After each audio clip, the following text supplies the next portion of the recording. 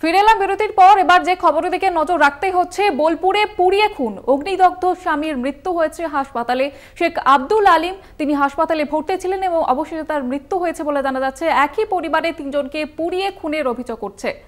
ভাই স্ত্রীর বিবাহ বহির্ভূত সম্পর্ক জেনে ফেলায় খুন, প্রাথমিক তদন্তে অনুমান পুলিশের।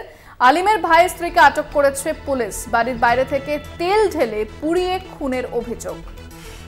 বোলপুরে পুড়িয়ে খুন, অগ্নিদগ্ধ স্বামীর মৃত্যু হয়েছে এবং যেমনটা জানা যাচ্ছে যে ভাই স্ত্রীর অবৈধ সম্পর্ক জেনে ফেলার কারণে এই খুনের চক্রান্ত। বাড়ির বাইরে থেকে তেল ঢেলে পুড়িয়ে খুনের অভিযোগ করছে।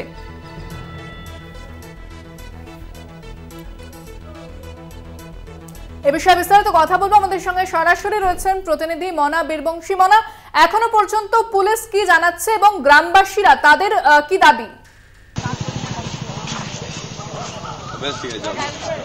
দেখো ইন্দ্রাণী, নিঃসন্দেহে গুরুত্বপূর্ণ চাঞ্চল্যকর তথ্য কিন্তু এই মুহূর্তে দাঁড়িয়ে উঠে আসছে।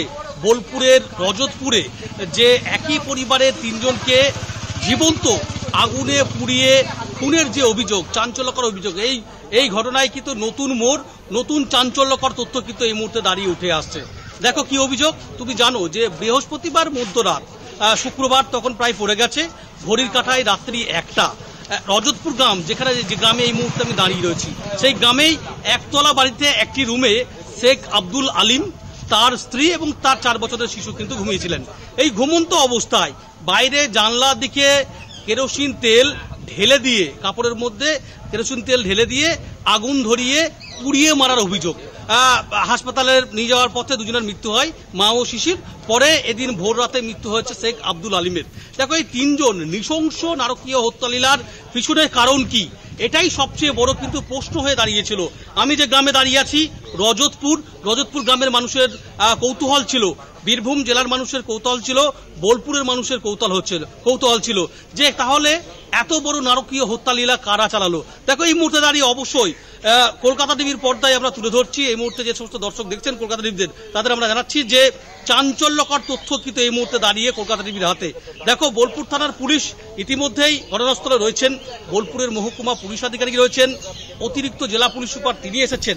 দেখো এই ঘটনায় এবার অবৈধ সম্পর্কের জের, এমনটাই কিন্তু জানা যাচ্ছে। দেখো এই আব্দুল আলিম, তারা কিন্তু 4 ভাই।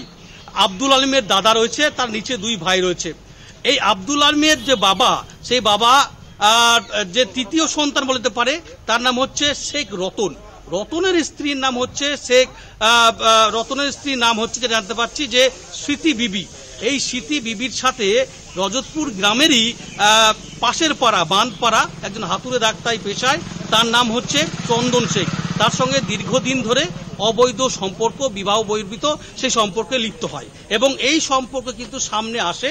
এমনটাই কিন্তু চাঞ্চল্যকর তথ্য পুলিশের হাতে এসছে এবং আমার সূত্র মারফত জানতে পারছি নিহত শেখ আব্দুল আলিম, তার যে বড় ছেলে পাশে ডুবে শুয়েছিল শেখ আক্তার, ওয়াসিম আক্তার, সেই নাকি এই বয়ান পুলিশকে দিয়েছে।